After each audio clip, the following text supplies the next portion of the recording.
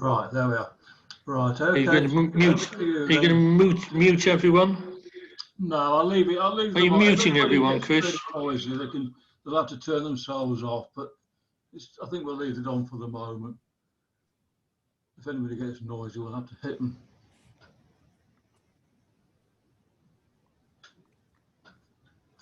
Okay.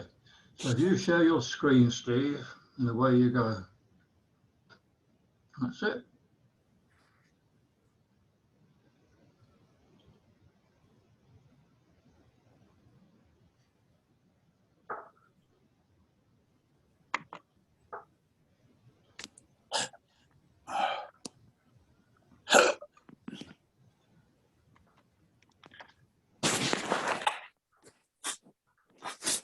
Okay, how's that? How's that looking? That's it. I'll just move the little photos of everyone. There, you've all gone. So we're going to look at what I've called the commercial service mail carriers, operating, well, for this display between Marseille and down the Italian coast. You can see on the little map. I'm going to just spend 2 minutes explaining what the display is all about, and then I've got plenty of things for you to look at, so you get your money's worth. And but I shan't linger too long on each individual sheet. So if anyone knows anything about French maritime mail and the carriage of mail, then they will have heard of Raymond Salle. Yeah. Salle has produced lots of wonderful volumes, and there is one particularly on the Mediterranean coast, and he covers all the contract services. That is, first of all, those operated by the state for a few years, and then the contract let to messageries. And you see all the wonderful departures there and all the cancellation. But in his main volume and in the introductory volume, speaks very little about the carriage of mail by commercial shipping operators. And so this is what this display is going to concentrate on, not the contract services which Salle covers in great detail, but those which kind of slip between the net, if you like, because there were a lot of shipping companies operating from primarily in the 1830s and the 40s and the 50s, both French and Italian, and it's clear that they carried mail. Now, some people have suggested, yes, they did, but it was only what we call, postal historians, out of the mails. So it was carried privately, in effect. And sometimes you see these lovely little ships' cachets on them. But it's evident, and this display makes it concretely clear, that that wasn't simply the case. It may have been to start with, but it wasn't long before these commercial operators were carrying post office mail, if you want to put it that way, mail that wasn't just carried privately. The important thing then is, if we're going to identify this mail, there are 3 clues. One is that in that early period, 20s and 30s and 40s, writers of mail often indicated the name of the vessel which they intended it to be carried on. That's not 100% certain, because sometimes it was carried on a different ship, but certainly more than 9 times out of 10, if the letter's got a ship's name on and you can identify that ship to the company that operated it. And here's a slight problem, because there was trading of the vessels between companies, and a number of those early companies went out of business in the first few years of operation, and other companies bought the vessels. But with Peter Maybury's help, we've done a lot to identify which ships were operated by which companies. And relatively recently, there have been 2 very good Italian books by Alessandro, which cover the 1840s. And he gives a lot of information about the vessels, particularly the Italian ones. So that's the first clue. Is there a ship's name on it? The second clue is that in many cases, not all, but in many cases, mail carried by these commercial operators received from the two post offices, French and Italian, which are lumped together because they cover the States as well. They carried cachets which indicated that mail had come from a commercial shipping operator. And the third clue is often in the date. That the letter was handled by the post office. Because if you turn to Sal volume, then he lists the dates of the contract operations. And so if a date of posting falls between those, then you can be fairly certain it was not carried on the contract service, but on a commercial operator. So there we are, that's the introduction, and this is the area that we're looking at from Marseille down really as far as Malta. And I'm going to start with what I call, as this is an English presentation, the Neapolitan Steamship Company, which was really an Italian company, an early Italian company established in 1823. The French called it Compagnie Napolitaine. And they carried mail, well, they were based in Naples, but carried mail down the Italian coast. Here's an interesting letter, which is written on Claude, the French Marseille agent for the Neapolitan Steamship Company. It's got their lovely heading at the top with two of the Neapolitan Steamship Company's vessels. And you can see that it's got the name of the ship, which is the Neptune, which we know is Neapolitan, and it was carried out to the mails because there were no postal markings. Here again is another interesting letter. It was actually written by BAZIN, Company BAZIN, Charles and Auguste, and you can see their cachet. Some people get confused because that is a company cachet from the writer of the letter, and not necessarily a maritime cachet.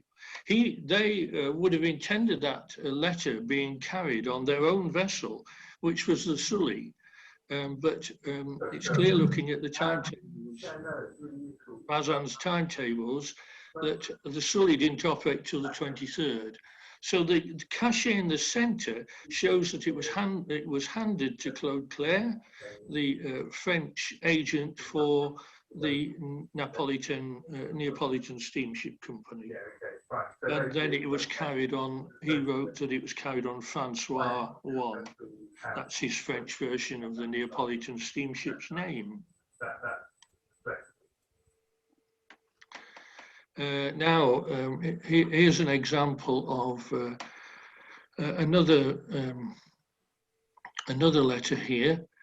It was handled by an Italian agent for the Neapolitan Steamship Company on mail coming into Lyon. And you can see when it arrives at Marseille, it receives a Marseille Outremer entry mark.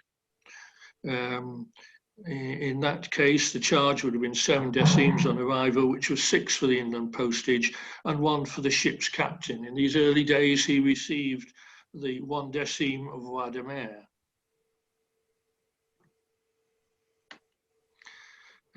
Two more examples of the Neapolitan Steamship Company, both going to Genoa. And you can see already the Italian entry markings, Via di Mare, and on the right-hand side, Via di Mare Ponente. They were applied to the commercial service operators' mail arriving in Genoa. And you see again the ship's names on both of them.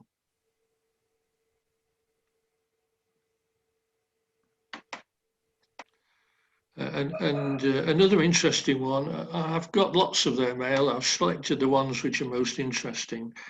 And here's one going into Marseille. again with cachets. This illustrates the fact that from 1856, excuse me, the Neapolitan Steamships Company going westbound, transported from Genoa, was actually, excuse me, taken only by sea to Nice.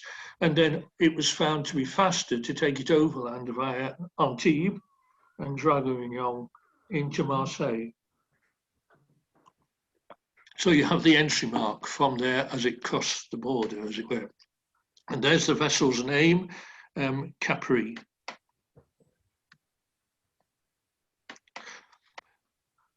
Another example here, you can see it's come from Marseille, and it's been handed into the post office in Marseille, because there's the departure mark on the middle right-hand side. And you have the Italian entry mark again applied on commercial service mail. You wouldn't see it on contract mail, Napoli per Marsiglia, which is Italian for Marseille.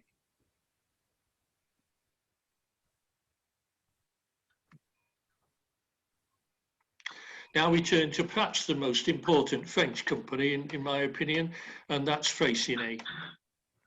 They were operating from the mid-1830s, a regular service from Marseille down the Italian coast. Here's one of their letters with a nice cachet. This was a cachet that shows three of their vessels' names, Rhône, Hérault, and Océane. This one was carried out of the mails. It's an early, well, it's not an early letter, is it? It's actually a late letter for this period, 1847, but wasn't put into the post, so it would have been carried privately. It's their own mail and would have been handed to the captain to take to Livorno. Here's another very nice cachet. The Freycinet bought the Elbe from another company and had this cachet specially made for mail which was carried on it. Again, an example carried out of the mails with no postal markings. Just tell me if I'm going too fast, but I want you to see them all. Now here's an unusual letter I've chosen from 1842, which has got actually cachets from two different companies, because it was originally intended for carriage on Freycinet's own vessel, hence the cachet on the right-hand side. But the letter was delayed in being posted or carried down to the port for some reason, and it missed the departure of their vessel. So instead of being carried on the 12th of April, as was intended, it was actually delayed for some reason until the 15th of April. And so it was handed to Claude again, that's the cachet on the left, who, remember, is the agent for the Neapolitan Steamship Company. And they wrote par Monghibello on it. And it was carried that way. In fact, the Monghibello arrived at Livorno on the 19th of April. That's because of a receipt note inside the letter, carried privately, no postal markings. But here we are now, examples of mail carried in the post from Marseille with departure marks left and right, and entry marks via di mare in brackets E, which indicates carried by a foreign vessel, in this case French. Both of them have the names of the vessels, and so you can tie them fairly well, quite confidently to the Freycinet company. Now here's a particularly attractive little cover, because posted from Marseille with a French adhesive, but not actually cancelled until it arrives at Livorno with the Italian 178 cancellation. Via di Mare, applied as an entry mark. It's got the Livorno port cancellation where it was handed in from the vessel. It's got the Freycinet's ship's name on the top. But the particular interest, really, especially for me, is the cachet on the middle right-hand side. That's what we call the 5 bars of Livorno. That's what the French call it. It's a mark which was only applied there. It was only applied for a few years. 5 lines boxed, and that's a very nice, clear example of it. So that's the 5 bars of Livorno. Not yet. Freycinet actually began a service to Constantinople, but also by 1870 a scheduled service to Malta. Here's a nice little letter written from Malta, handed into the British Post Office, as you can see, with a British adhesive, but marked on the top Par Comp Freycinet. Quite unusual to show the company's name rather than the ship's name. But here the sender was determined that it was not to be held up until the contract service arrived, but instead they were aware of Freycinet's service, which had been introduced a few years earlier, and obviously the timing of it meant that it was advantageous to indicate that it should be carried on their vessel, and that's what happened. And Freycinet appointed their own agents as time went on. And here's the Freycinet's Livorno agent. The company name had slightly changed by then, but still the same company, Nouvelle Compagnie Marseillaise de Navigation à Vapeur Freycinet and Company. Let's turn to a second important French company, and that's BAZIN. So they formed the company in 1831 and became a significant operator both along the Italian coast and to Algeria. And they started with 2 paddle steamers to start with, one of which was the Sully. And here's a receipt for a passenger ticket for someone traveling on the Sully in 1834. Between Marseille and Genoa, 190 francs. 2 examples of mail, one carried in east and one carried west, so they got a bit of a selection, both with different markings, entry markings, the French, the boxed Pays d'Outre-mer, and the Italian Via di Mare, again, E in brackets, with the charge, but both clearly handled within the mails.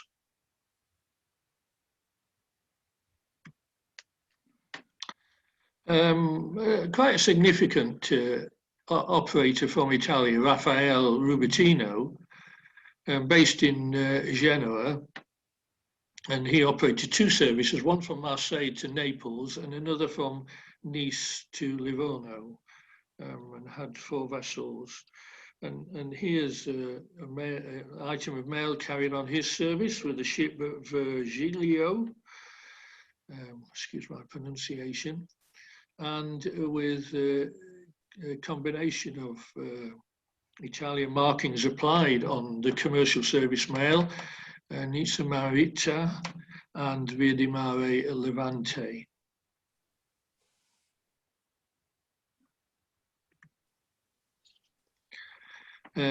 He got together with De Lucci, and so the company name changed a little. And here are 2 examples of westbound mail carried on 2 of their leading vessels, the Castor and the Dante, operated a lot of services, a lot of service over the years. And again, here are examples with the ship's names and the postal markings.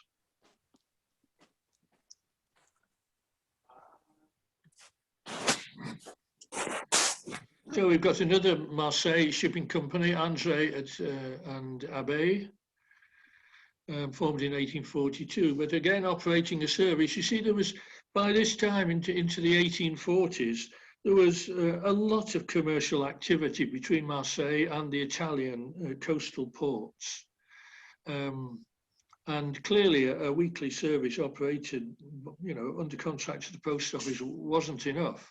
And so all these commercial operators who carried passengers and freight, but clearly carried mail as well, which is the purpose of this display, they got into the act. Some of them didn't last long. Some of them continued for a significant number of years. Here's one operated on their vessel, the Ville de Nice. Particularly unusual example here, again from Andre and ABEILLE. It's got the usual markings on, but look at that one on the top left. That's very similar to the 5 bars of Livorno. Two problems. One is it hasn't got its end boxed marking to it. And secondly, it was used in entirely a different year. Here it is being used in 1853, whereas the 5 bars of Livorno, or, you know, all the commentators say it was only in use between 1866 and 69. So it's obviously an earlier mark that's been brought into use, and here used to cancel. You can just see cancel another marking below it. So it clearly is the Livorno marking, but the dimensions are the same, except for the boxings at the end of the lines, but used in a different time frame and for a different reason. And again, you've got the ship's name, so we can tie it to the company, which is what I like to do. Another example from the same company. For a few years, Livorno had this special circular cancellation for applying to commercial mail with the letters A, B, and C. B is appropriate for Marseille display, a French display. But C is particularly interesting because it was used for a few years specifically on mail without any postal markings, but carried on commercial service vessels. Nice example to show. I mean, I have others, but that's the one I've chosen for this Zoom display. Here's another example. Carried on their vessel and with da Marsiglia via di Mare cachet applied at Genoa.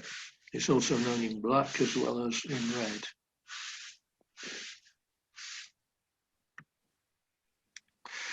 Now, a particular favourite company of mine is ROSTAND, a French company based in Marseille. Here's a letter sent from Malta to Marseille with a most unusual agency, cachet marking, Paquebot, à vapeur, ROSTAND and Company, Agence de Malte. ROSTAND introduced a commercial service operating right through to Constantinople. It's quite definite because I've seen a timetable for it. And here's an example of mail carried part way along that route between Malta and Marseille, 1848. And here's another nice example from that. Yeah. I mean, that's one final maybe small company. Totally quick question. Like, how do you normally work with designers? Like, what do you normally get? The vessel is the Orant, one of the ROSTAND's vessels. And company cachet of Freycinet. Okay. And here's a nice example again, carried through to Palermo, which was added as an additional stop to the ROSTAND service. You can't see it really, but there is on the top right a very faint Italian, Sicilian, oval mark, which was applied during the separatist revolutionary period on the island in 48-49, just for a few months. Shame it's not stronger, but it's still a nice example of a Rostand vessel carriage of mail to Palermo, which isn't all that common. The VPM oval cachet was also introduced from Livorno for mail departing from there on commercial non-postal service vessels.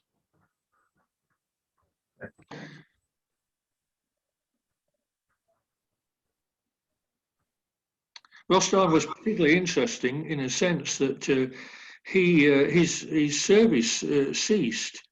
What happened was that he got together with another guy, and they formed massageries. And Rostand moved his vessels into the massageries fleet. But here's another small company, Perrier. An interesting history in that his intention was from very early, April 1838, to operate a competing service to Constantinople, but never got off the ground. So the following year, he introduced a service from Marseille to Genoa under the direction of the Genoa shipping agency, Alteras and Ottolenghi. They produced this beautiful cachet, top left-hand corner there, showing the vessel, the Phoenician, which was operated by this guy.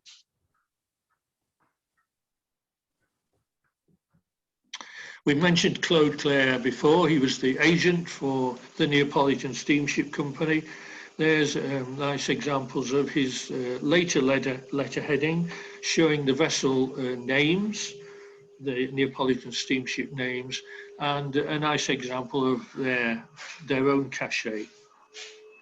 But it's quite clear to me, having researched this one in some detail, and I think has been covered in the journal, that they also operated their own service with their own vessel. I've been able to identify the vessels and where they purchased them from. But here's a later letter of Claude. We're up to 1857, and as often he lists all the departures, but in this particular case he talks about our ships, no vapeur, and he highlights those in the darker typeface. So that's the service that he himself has started operating in this later period. And another example of Claude service, French adhesive again, cancelled, not in France, but it had been missed upon arrival in Italy, Naples, and the Italian cachet entry mark for commercial service mail, Pure Mercantilero. If we're keeping things simple in terms of working out two straight lines at the top, then yeah, I think it's probably okay. We've got to have a look at it. We'll get that spending with our like that. Another French company, VALERY FRERES, which many of you know, there's two examples from there. Their Italian coastal service with the Louise and the Prince Napoleon. Yeah. Another example from VALERY FRERES. It carried on the General Abatucci, which is interesting, not especially for that particular journey that's shown here, but that vessel sank a couple of years later, and it was thought it was more than a rumour. It was thought to be carrying 7 million French francs, and a lot of people tried to find that vessel, and it wasn't actually located until 1996. There was a lot of valuable treasure, jewellery on it, but no gold. Valery Frere, a little extra confirmation of carriage of goods, carried on there, Italian coast service in 1873. And we're on to the smaller companies now towards the end. Florio, quite early, 1840. He was known from Sicily. He was known as Courrier Sicilien by the French, and you often do see that on their mail rather than the vessel, either for the service Sicilien or Courrier Sicilien.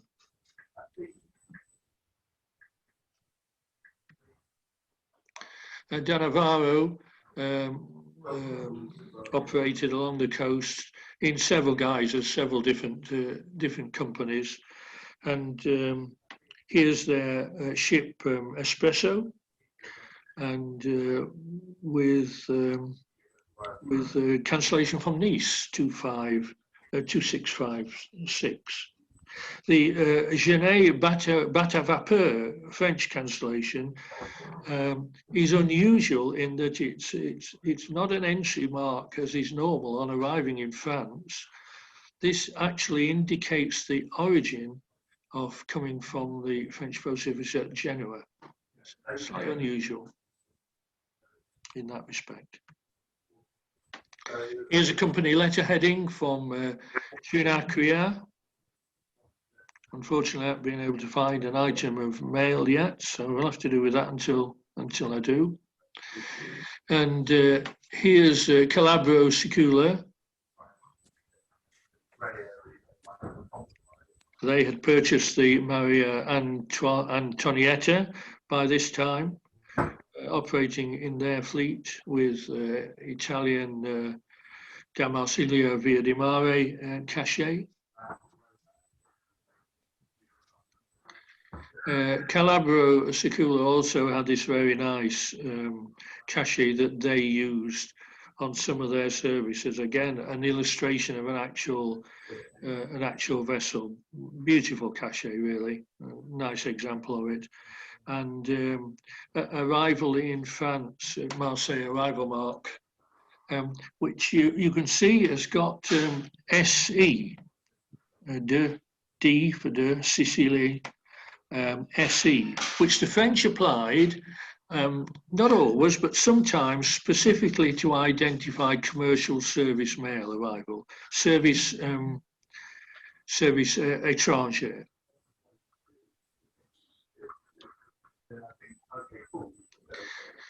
Here's a couple of examples of other agents for the French services, the two examples of Italian agents with nice cachets there.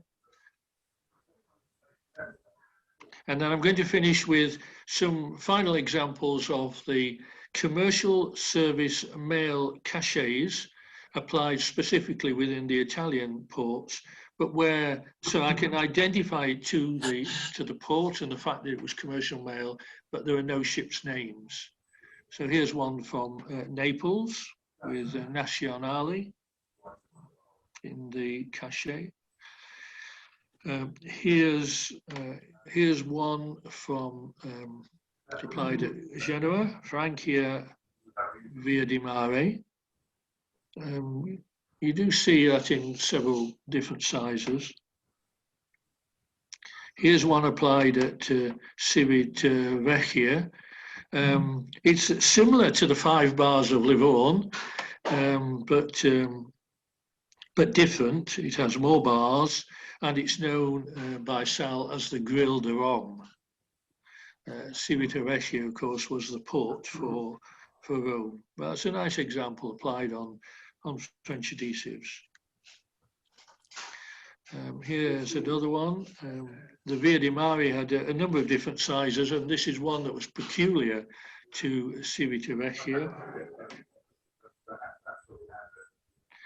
And there's a nice kind of circular example. CIVITA dalla Via di Mare.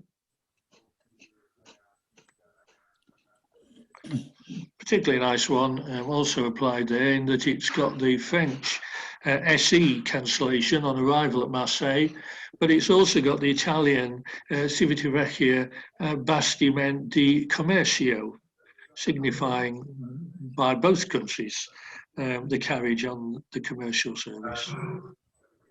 A Naples via di Mare, a nice big chunky one there. And you've got this kind of oval example, Napoli Servizio Estero per Marsiglia. Often very weak. That's a reasonably good example. And another one from Naples, Pachetto, excuse my Italian, a vapore statial d'Italia, something like that. But also you've got the French, so that's used as a departure mark, and then you've got the French outre-mer arrival cancellation. And that's it. We're back at the beginning, so I will press stop screen sharing.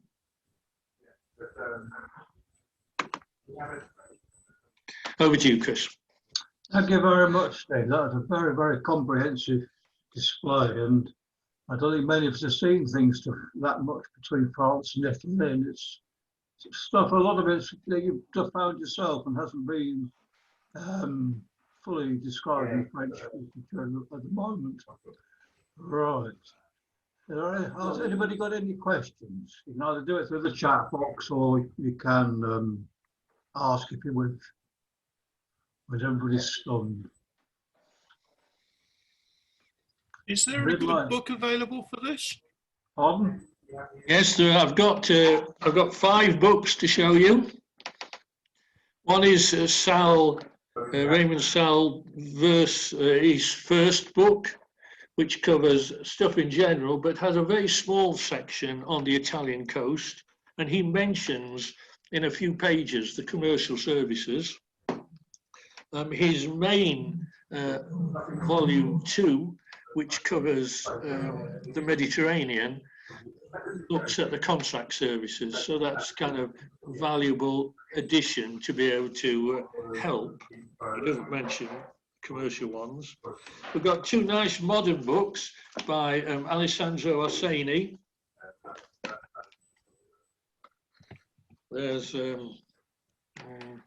if you want the details, as at the previous meeting, just email me and I'll send you the full details.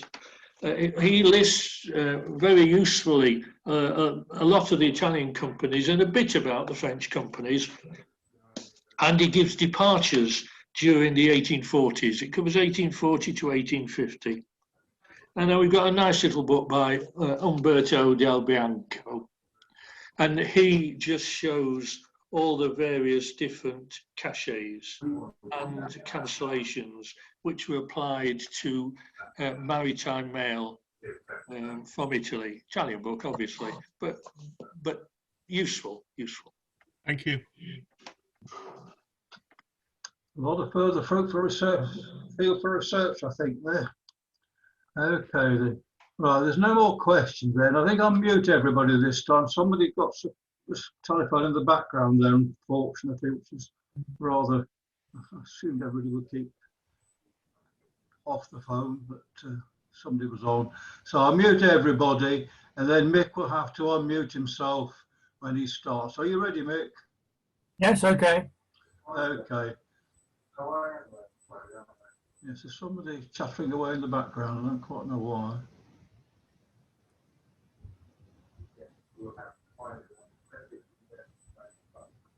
Right. What I'm going to do is, right, you'll have to unmute yourself, Mick.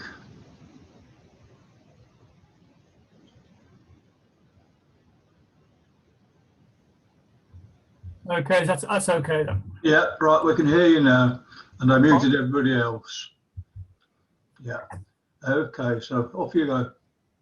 Right, I'm just going to have to move some of the little windows I've got that have cropped up here. Move this window away from the shared application. Yeah, that will not go. the damn nuisance. You've Sorry. seen that before. Come out and come back in again. It's gone. Okay now. No, it's I gone can't now. see my own. I can't see my own titles, but at the top there, but I assume other people can. Right. Thank you very much, everybody. This is. If you can hold on, Mick, it's still there. Oh, it's come back again. Yeah. I think your best thing is to come. Everybody else is muted now. Come out and then go start again. Right. So how do I come out? Stop share. Stop sharing at the top. Okay. Yeah. Now Try again. Yeah, try again. It's happened before, and the thing's been. Yeah, that's all right. At the moment, it's all right anyway. Okay, so go to your slide. Yeah, carry it. Start again. Slideshow beginning.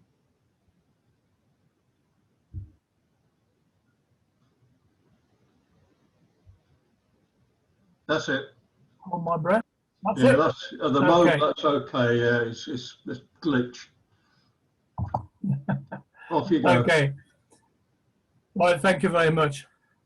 Right, as you can see, this is a total contrast from what you've heard from Steve. Steve is very much a postal historian, and I am an outright philatelist. The letters go straight through my body like a stick of rock.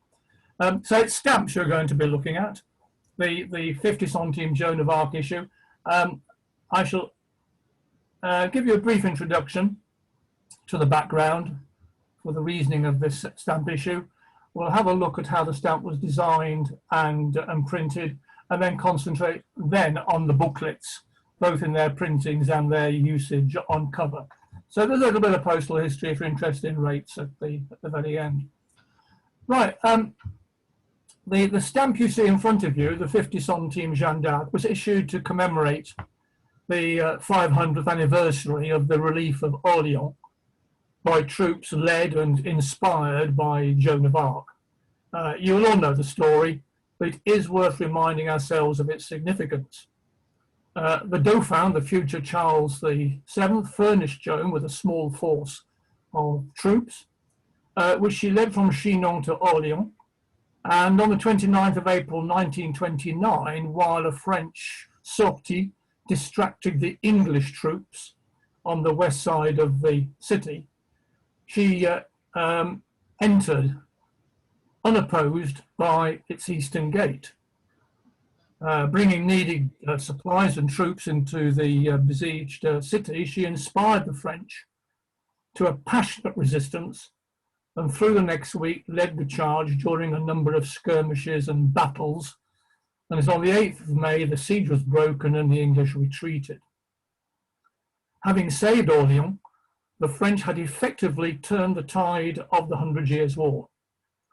Joan's inspiration continued well after her death, and France finally and overwhelmingly defeated the English at the Battle of Castillon in 1453.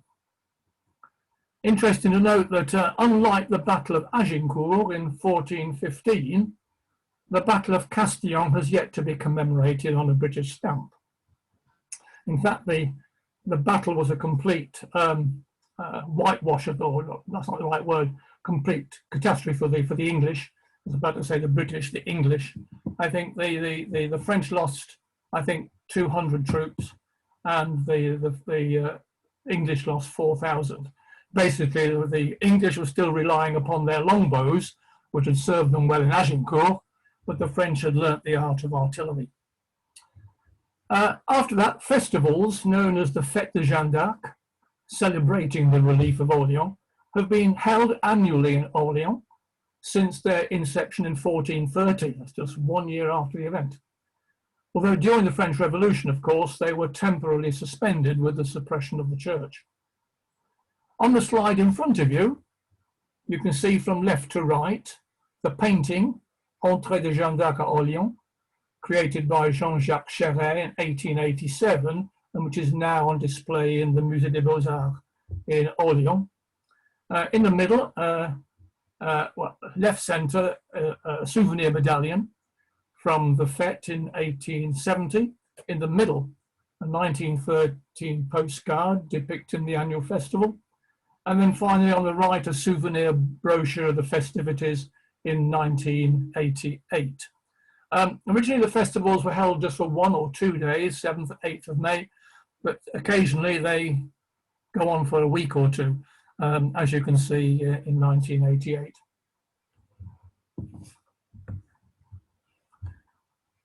Commemorative covers became widely available towards the end of the 19th century, especially in Orléans itself. Top left is a 5-centime Peace and Commerce postal stationery envelope, which was issued to celebrate the Fête de Jeanne d'Arc held in Orléans in 1894. In the early 1900s, vignettes are seen at the bottom of the slide, and porte timbre top right were produced in Orléans to promote the fête and to publicise also the campaign for Joan's canonization.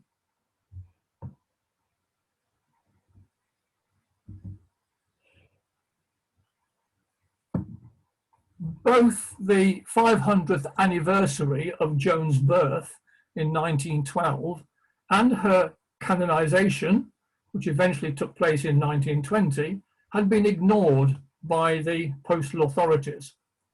However, in September 1929, Théophile Chollet, who was the mayor of Orléans, eventually persuaded the PTT to issue a stamp to commemorate the 500th anniversary of the relief of Orléans by Joan. Of the designs submitted, the shortlisted contenders were, from the top left, Verrec, I don't know his first name, depicting Joan of Arc outside the walls of Orléans. And to the right of that is ABEILLE Mignon's entry, depicting Joan and her standard. Note, however, the incorrect dates at the top of his essay, 1428 rather than 1429 to 1928. The competition for these stamps took place in 1928, so that's obviously where he got his dates confused. The top two are, I say, photographic essays. Below that, bottom left, we've got Joan on a charging horse, designed by Marcel Marron, who was a great producer in Orléans of those vignettes that we saw earlier. And finally, Joan in prayer, designed by Georges de Moulin, the son of Louis de Moulin, who was the director of the state printing works in Paris. Georges de Moulin sadly died shortly after the awards were announced. And as a tribute, Georges Ourier, one of the Atelier's resident engravers, engraved the design in the form of a collective colour proof, which he presented to Louis de Moulin in memory of his late son. And as you can see, the initial proof there has been signed by Ourier.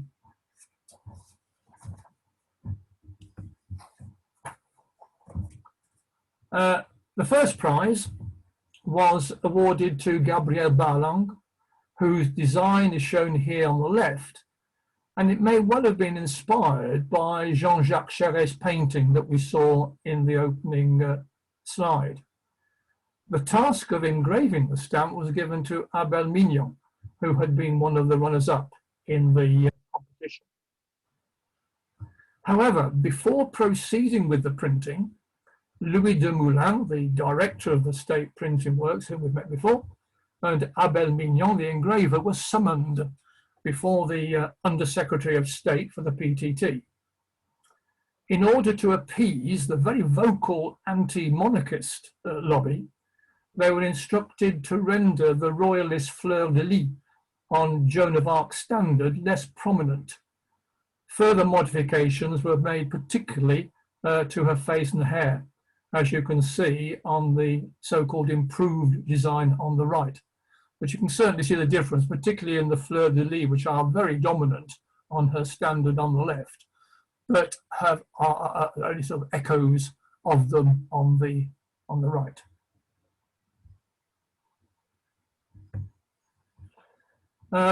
The die proof on the left was printed on chalky paper, but ordinary paper was used for the production of the colour trials. The current stamp, the 50 centime line sewer, which the Jeanne d'Arc issue was going to replace temporarily, was printed in red. And that had been the colour adopted since 1906 for all the stamps serving the internal letter rate. The jury, however, recommended that the Joan of Arc stamp be printed in royal blue. Note that, royal blue, as it was of the opinion that it was the appropriate colour in which the Maid of Orleans should be attired. Royal blue is therefore a bit of a kick in the eye for the anti-monarchist lobby.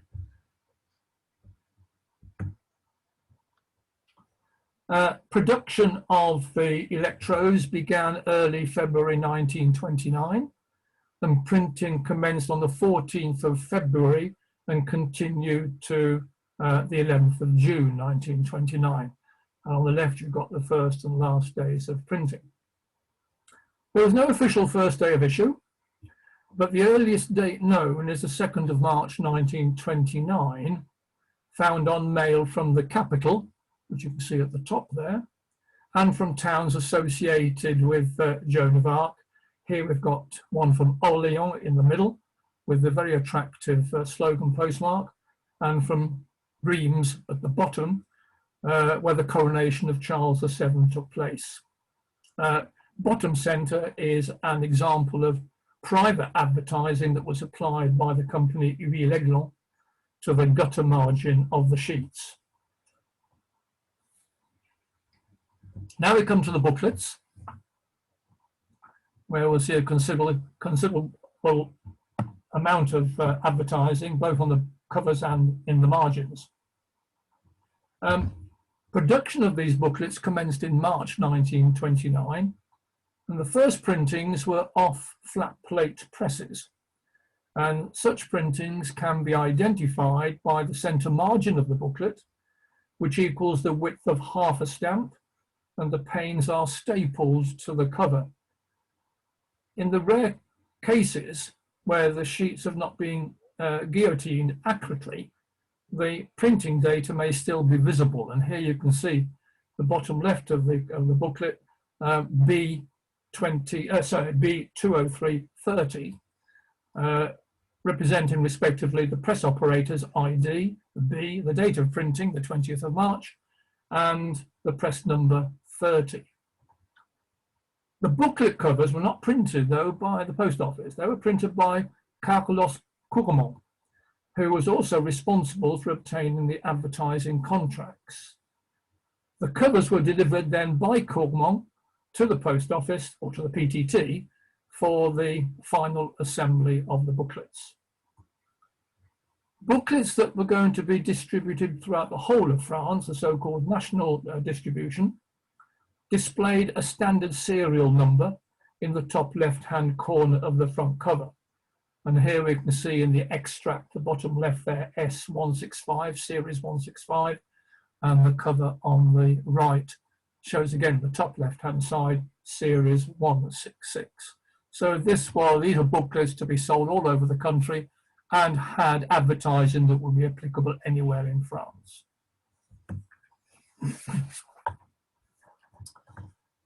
Booklets for distribution and sale in specific regions bore the initials of the said regions. The front cover, the top left-hand side, the initials were printed to the right of the serial number, as shown in the top pair, SP for Sud-Pyrénées and SA for Sud-Alpes. The bottom cover bears initials of two regions. The front cover bears the letter O for West, and the back cover is printed with the letters RP for Région Parisienne. Their existence could be due to an oversight by the printer, or maybe it was a deliberate means of satisfying two contracts simultaneously, because in some of the regional booklets there would be advertising specific for that region.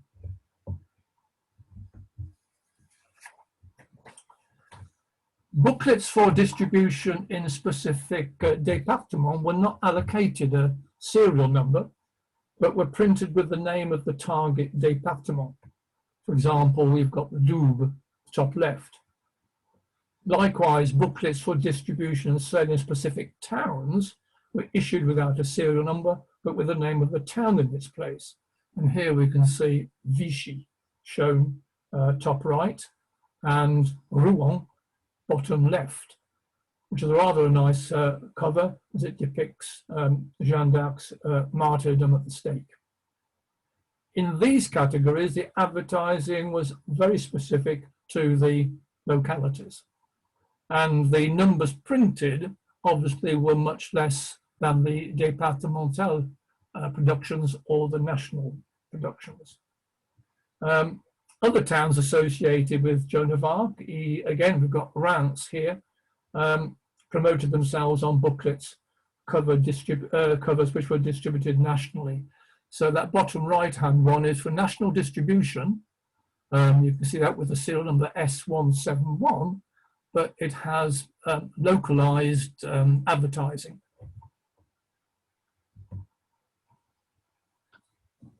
There was a considerable outcry in Orléans against the rather irreverent juxtaposition of publicity for one specific advertising label, and that was La Vache qui rit, the laughing cow. And the Orléans people obviously took umbrage over this, of having the laughing cow printed below their famous saint. Demands, therefore, for the booklet's withdrawal was sent to the Undersecretary of State for the BTT, and a copy of the reply, dated the 3rd of May 1929, from the Député of the Loiret is shown on the left. It states that the necessary measures will be taken to withdraw the offending advertising. So it would appear that the people of Orléans had been appeased, but the booklet was not withdrawn. The PTT issued instructions on the 10th of May and repeated on the 17th of July, as shown in this extract at the top, requiring post offices to remove the offending advertising from the booklets before putting the rest of the booklet on sale. In fact, it appears that some booklets were left intact and discreetly redistributed at a later date, particularly in Paris, and possibly elsewhere, in order to fulfill the contract with the advertisers. On the right, we see a later usage in October 1932 of the 50 centimes Jeanne d'Arc with the Vache qui rit slogan on mail from Paris to Le Havre.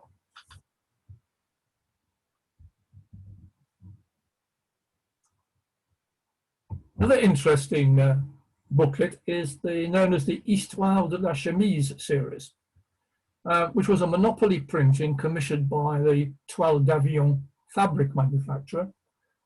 And these booklets contained 8 pages of adverts and price lists, 2 fabric samples, and 4 pages of illustrated text relating the history of shirt design. The stamp margins, however, bore advertising from other countries. From other companies. The booklet was designed by Joseph Aymar, and on the front cover of 4 out of 6 booklets, the porch roof on the right is printed in red, and on the other 2, it's printed in black. Taking into consideration the different fabric combinations and the 2 booklet covers, because there were different colors of fabric put into different booklets, there are in fact 24 variants of this one booklet.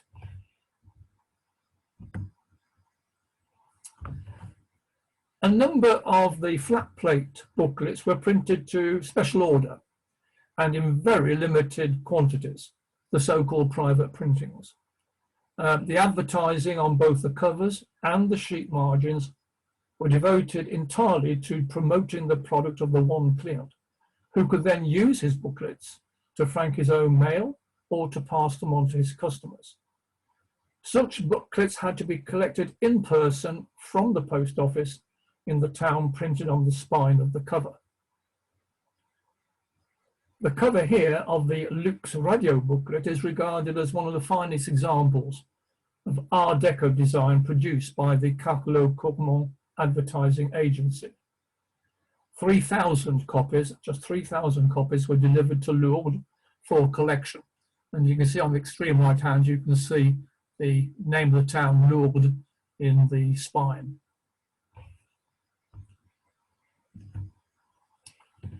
At the top of the page, we have another private booklet, and this was commissioned by the philatelic author and dealer André Soignet, and he ordered only 1,000 copies of his booklet, which were delivered to Provins. The stamps were used to frank mail to his customers, and he later commissioned a second edition with different advertising, but again, it was only 1,000 copies.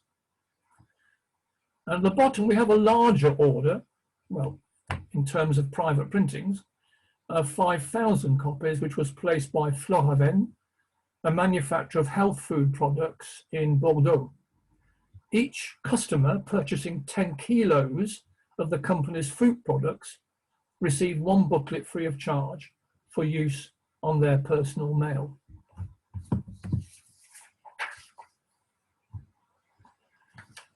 The Jeanne d'Arc booklet was also printed on rotary presses, but this was very much at the end of its life, and therefore only a few booklets were, a few series were printed.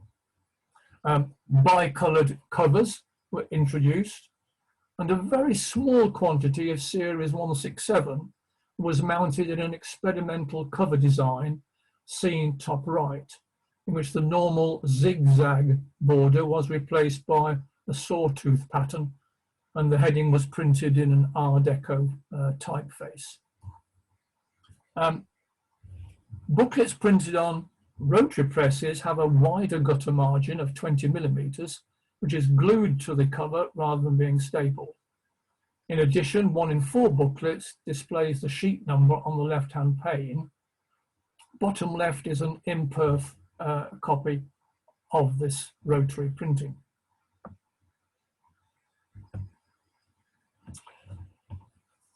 And the last part is examples of postal usage.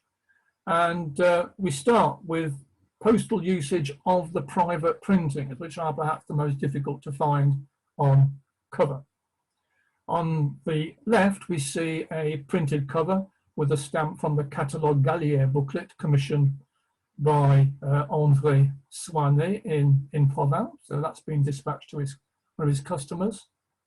In the middle is a cover bearing a stamp from one of the 2,000 souvenir booklets put on sale at the 1929 International Philatelic Exhibition at Le Havre.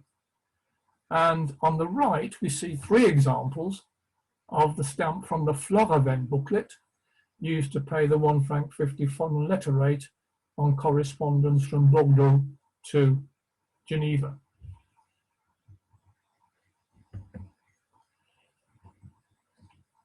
And now further examples of the use of booklet stamps on cover. It is relatively easy to find single usage of the booklet stamps on cover.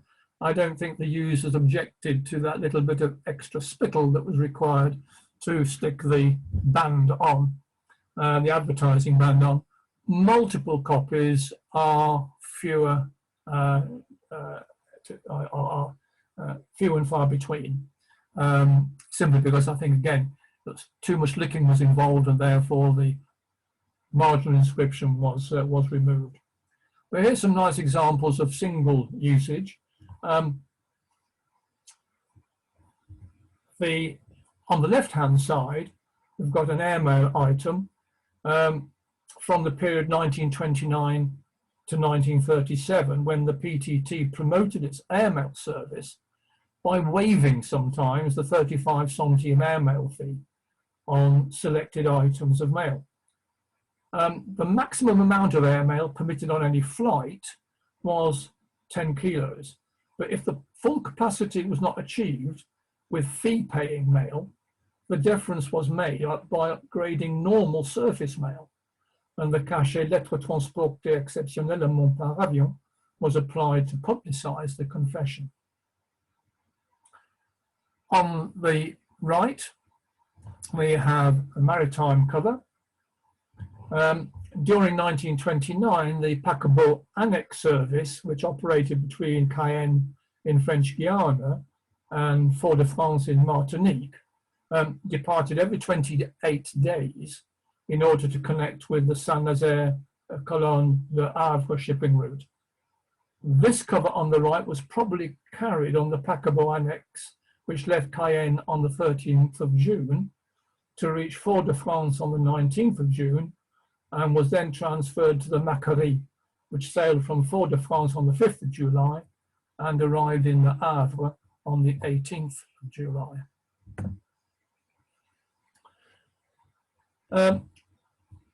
This is a cover which I've only just received, which I'm delighted to own.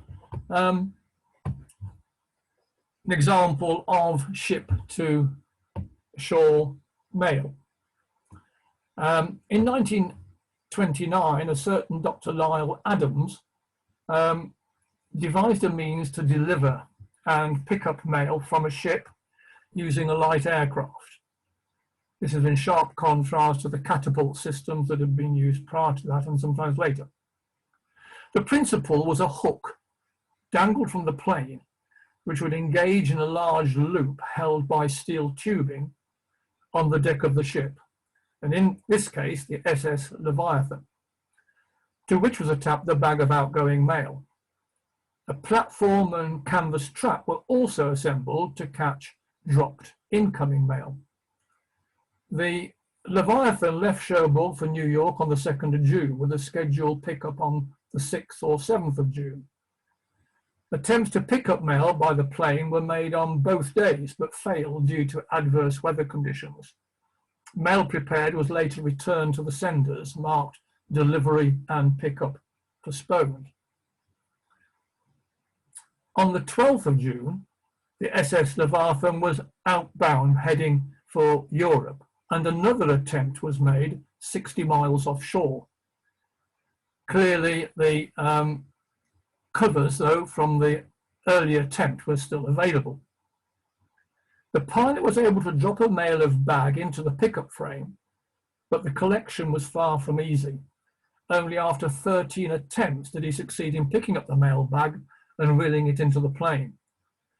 The plane then returned to Keyport Airfield in New Jersey. From there, the letter shown was forwarded via Newark to New York, where it reached its destination the following day.